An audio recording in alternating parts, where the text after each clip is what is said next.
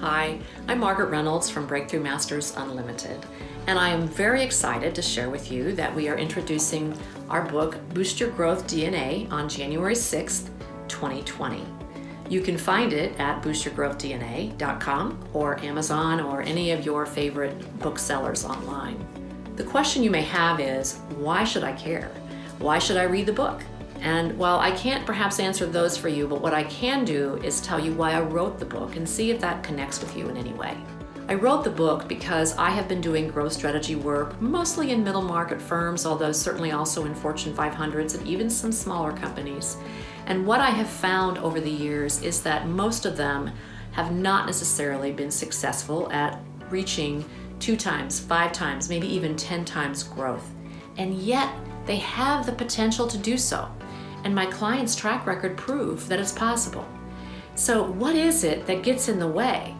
And I hear all the time companies saying things like, well, I'm just happy to grow at 2% or 3% or 5% because my industry is slow and GDP is no higher than that, so shouldn't I be content? The answer is no. Or I hear, well, no one can grow organically anymore. Sorry, that's just hooey. And I also hear, well, I don't have a competitive advantage. Well, you may not, but that doesn't mean that they're not available to you. So you're not going to win by focusing on best service, best quality, and best product if everybody else in your industry is claiming the same thing and it's just a claim and not a fact. So what is the thing that makes the difference between those companies that are successful and those companies that are not?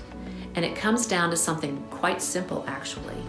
Those companies that are successful at growing are what I call growth-minded companies.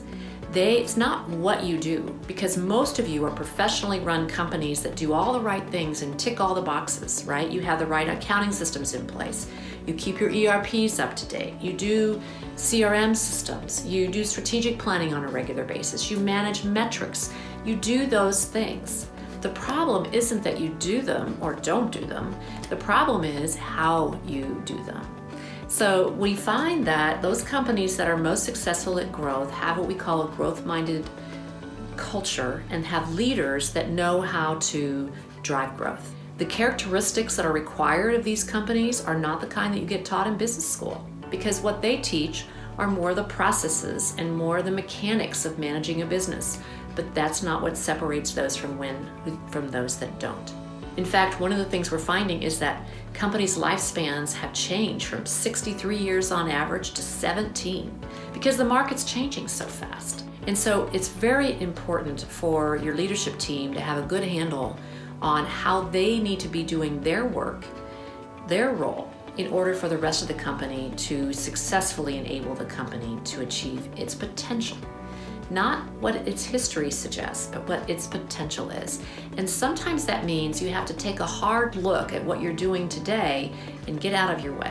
That some of the things that have been built into the past, the fabric, the history of your company are actually limiting behaviors and need to be stopped. And other behaviors need to be started in order to enable your growth DNA to be at the tip top of your potential. Well, I'm not going to reveal too much of the plot line for you because I don't want a longer video and I'd love for you to find out more for yourself. But you can do just that by downloading a free chapter at boostyourgrowthdna.com, or you can go to breakthroughmaster.com, which is our website, and read more about what growth DNA is and how it works for other companies and how it might work for you. I look forward to seeing you online, and thanks so much.